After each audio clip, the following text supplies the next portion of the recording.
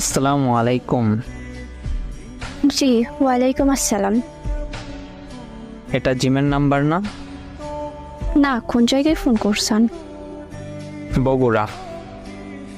Sorry, wrong number. 5 minute পর সে আবার phone করে।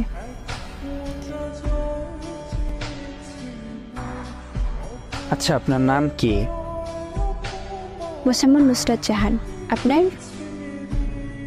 রিফাত। বাসা কোথায়? ধামরাট নওগাঁ। আপনার বাসা কই? বগুড়া, আদমদীঘি।